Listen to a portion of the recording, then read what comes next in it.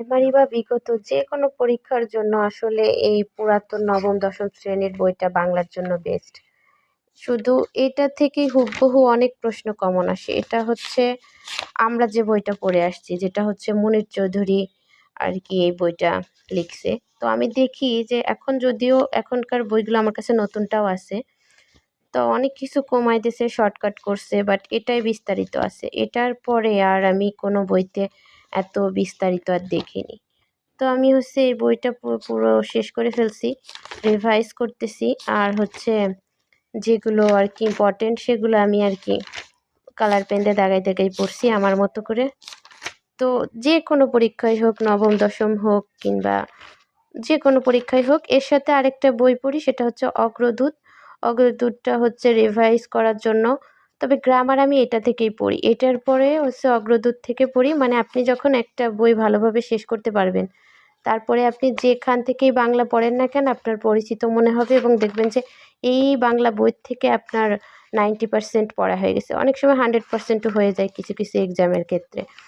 আর যারা এই যে বিসিএস এর এক্সাম দেয় তারাও কিন্তু এই বইটা ফলো করে। এই বইটা মানে সব পরীক্ষার জন্যই মানে জবের পরীক্ষার জন্যই বেস্ট।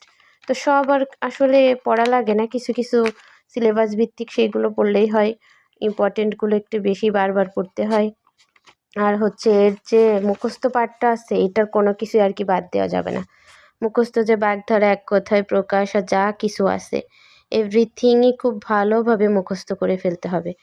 তাহলে হচ্ছে অনেক সময় আর হুবহু কমন পাওয়া যায়। বিশেষ করে নবম, দশম গ্রেডের জবের ক্ষেত্রে দেখি যে একদম হুবহু উঠাই দিছে এখান থেকে। তো এখন হচ্ছে যেহেতু একটু ডিপলি কোয়েশ্চেন করে তাই হচ্ছে খুব খেয়াল করে, করে একদম ডিপভাবে প্রত্যেকটা জিনিস পড়তে হয়। এখন আরও ওইভাবে সাধারণ জ্ঞানের মতো আর প্রশ্ন খুব কম আসে। একটু ডিপলি চিন্তা করে উত্তর দিতে হয়। সেক্ষেত্রে হচ্ছে একটু বুঝে একটু গভীর থেকে পড়তে হয়। তো আমার কাছে বাংলার জন্য ১ম সাজেস্ট হচ্ছে এইটা।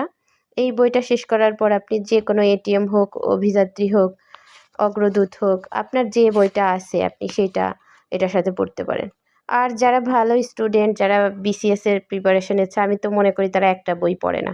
আসলে তারা অনেকগুলো বই পড়ে। কিন্তু আমার ১ম এ মনে হতো যে মানুষ আমি একটাই শেষ করতে পারি না, মানুষ এতগুলো বই কিভাবে পড়ে?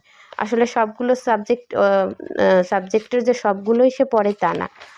যে একটা বই শেষ করার পর যখন আপনি অন্য যেকোনো বই ধরবেন দেখবেন যে আপনার অর্ধেক পড়াই রয়েছে। আর হয়তো ২-১ টা নতুন মনে হবে কিংবা ভুলে গেছেন এরকম মনে হবে। কিন্তু একই জিনিস যখন মানুষ বারবার পড়ে তখন কিন্তু তার অনেকটাই আয়ত্তে এসে যায়। এ কারণে আসলে এই বইটা ১ম এ শেষ করা উচিত। তারপরে অন্য যেকোনো বই পড়লেই